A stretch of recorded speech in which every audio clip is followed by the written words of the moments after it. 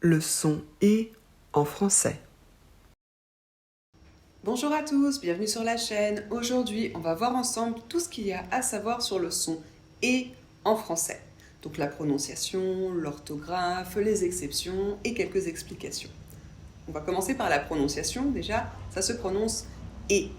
Vous devez vraiment étirer les extrémités de votre bouche vers l'arrière de votre visage et n'ouvrir la bouche que très peu. Et normalement, si vous le prononcez bien, votre bouche n'est pas suffisamment ouverte pour que vous puissiez passer votre langue entre vos dents. Je vous laisse essayer chez vous, je ne vous fais pas de démonstration là-dessus. Je vous propose de passer à la suite, l'orthographe. Orthographe. E accent aigu. E. ER. EZ. Autre. Maintenant que vous avez vu les principales manières d'écrire le son « et », je vous propose de les regarder une par une et de les expliquer. Exemple avec la lettre E accent aigu. Été. Cinéma. Santé.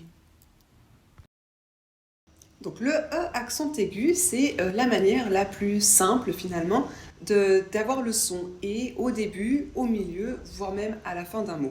À la fin d'un mot, il y a d'autres alternatives qui sont assez communes aussi. Et au début du mot, voire à l'intérieur du mot, il y a des moments où c'est pas possible d'avoir un accent, où c'est interdit pour des raisons de règles d'orthographe. Je vous propose de regarder ça là maintenant. Exemple avec la lettre E. Exemple. Erreur. Électricité. Donc dans les situations où on ne peut pas mettre un accent sur le E, on va mettre un E tout simple. Exemple, EX, on n'a pas le droit de mettre un accent aigu sur un E devant un X, donc on utilise un E simple. Pareil, avec deux consonnes, on n'a pas le droit de mettre un accent sur un E devant deux consonnes, donc on met un E tout simple. Exemple avec les lettres ER. Parler.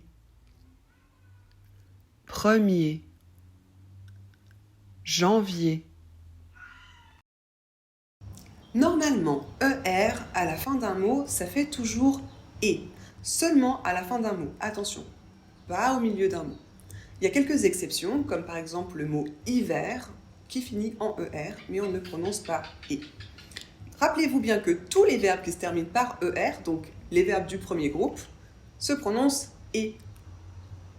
On passe à la suite. Exemple avec les lettres EZ. Assez. Chez. Vous avez. EZ à la fin d'un mot, ça fait aussi et. À la fin d'un mot, pas au milieu, je précise. Donc on a certains mots comme chez et assez et également tous les verbes qui sont conjugués à vous, parce que vous finit en EZ et donc on le prononce toujours et. On passe à la suite. Exemple avec d'autres lettres. Et. Je serai. J'ai. Alors, la préposition « et » se prononce « et » et s'écrit « et ». À la fin d'un mot, vous pouvez retrouver très souvent les lettres « et ». Normalement, on les prononce plutôt « est », mais il y a beaucoup d'accents qui vont les prononcer « et ». Donc, c'est un petit peu un choix, ça dépend aussi d'où vous vivez. Pour « j'ai », donc le verbe « avoir » au présent, « a » et « i » normalement se prononcent « est ». Mais pour éviter les confusions avec le subjonctif, on le prononce « et » exceptionnellement. Pareil pour le futur simple. Je serai, c'est du futur simple. A et I normalement se prononce est, mais à chaque fois qu'on conjugue un verbe à je au futur simple, on prononce la terminaison AI en et. Pour éviter les confusions, cette fois-ci, avec le conditionnel. Et voilà, c'est terminé pour aujourd'hui. Merci d'avoir suivi jusqu'ici et à bientôt.